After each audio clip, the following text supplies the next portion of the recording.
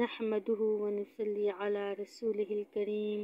اما بعد فاعوذ باللہ من الشیطان الرجیم بسم اللہ الرحمن الرحیم۔ اللہ رب العزت سورہ انفطار میں فرماتے ہیں وَإِنَّ عَلَيْكُمْ لَحَافِظِينَ، اور بے شک تم پر نگران مقرر ہیں، کرامن کاتبین، معزز لکھنے والے، یعلمون ما تفعلون، وہ جانتے ہیں جو کچھ تم کرتے ہو، ان الابرار لفی نعیم، بے شک نیک لوگ جنت میں ہوں گے، وَإِنَّ الفجار لفی جحیم، اور بے شک بدکار لوگ جہنم میں ہوں گے، یصلونہا یوم الدین، وہ داخل ہوں گے اس میں یوم جزا کو،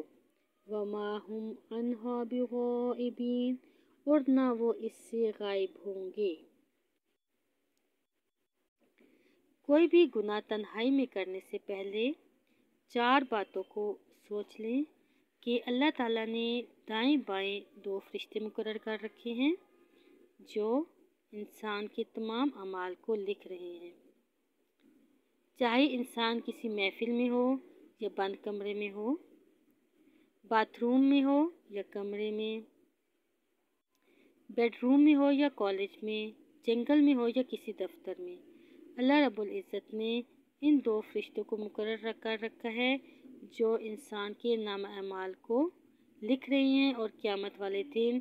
اللہ تعالیٰ یہ نامہ اعمال انسانوں کے ہاتھ میں دیں گے اور کہیں گے کہ اس کو پڑھو جو کچھ تم دنیا میں کرتے آئے ہو۔ تو انسان کہے گا کہ یہ میں نے سب کچھ نہیں کیا، یہ تو ان فرشتوں نے اپنے سے پتہ نہیں کیا کیا لکھ دیا۔ تو اس وقت اللہ تعالیٰ اس زمین کو کہیں گے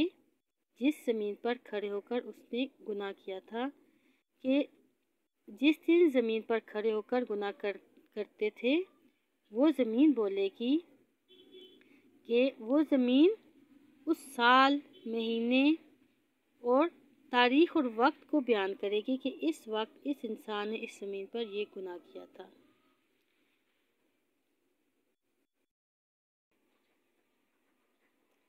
سورہ زلزال میں اللہ رب العزت فرماتے ہیں اذا زلزلت الارض زلزالہا، جب ہلائی جائے گی زمین، خوب زور سے ہلایا جانا، واخرجت الارض اثقالہا، اور باہر نکال دے گی زمین اپنے بوجھ، وقال الانسان ما لہا، اور کہے گا انسان کیا ہوا اس کو، یومئذ تحدث اخبارہا، اس دن وہ بیان کرے گی اپنی خبریں،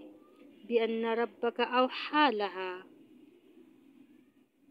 اس لیے کہ بلا شبہ آپ کا رب وہی کرے گا اس کو، حکم دے گا اس زمین کو، یومئذ یصدر الناس اشتاتا لیروا اعمالہم، اس دن لوٹیں گے لوگ الگ الگ ہو کر تاکہ وہ دکھائے جائیں اپنے اعمال، فَمَن يَعْمَلْ مِثْقَالَ ذَرَّةٍ خَيْرًا يَرَهُ، لہٰذا جو کوئی کرے گا ذرہ برابر بھلائی تو وہ دیکھ لے گا اس کو، وَمَن يَعْمَلْ مِثْقَالَ ذَرَّةٍ شَرًّا يَرَهُ، اور جو کچھ کرے گا ذرہ برابر برائی تو وہ اس کو دیکھ لے گا۔ یعنی کہ قیامت والے دن انسان اگر اپنے نامہ اعمال سے انکار کرے گا تو زمین گواہی دے گی۔ نمبر 3، میدان عرفات میں قیامت والے دن جب نامہ اعمال اللہ تعالیٰ انسان کو دیں گا اور کہے گا اس کو پڑھو، تو انسان کہے گا کہ یہ جو کچھ ہے میں نے نہیں کیا، میں ان کاموں سے بچتا رہا۔ انسان انکار کر دے گا کہ میں نے تو کچھ کیا ہی نہیں، یہ کرامن کاتبین نے تو خود لکھا۔ تو پھر اس وقت اللہ تعالیٰ فرمائیں گے سورہ یاسین آیت نمبر 65، اليوم نختم على افواہہم وتکلمنا ایدیہم وتشہد ارجلہم بما کانوا یکسبون، کہ آج مہر لگا دی ہم نے ان کے منہوں پر، وہ کلام کریں گے ان سے۔ ایدیہم، ان کے ہاتھ، وتشہد، اور گواہی دیں گے، ارجلہم، ان کے پیر، بما کانوا یکسبون، اس کے ساتھ جو کچھ وہ کرتے تھے۔ یعنی اگر انسان انکار کرے گا تو زمین گواہی دے گی جس پر کھڑے ہو کر انسان نے گناہ کیا، ہاتھ پاؤں انسان کے خلاف بولیں گے اور کہیں گے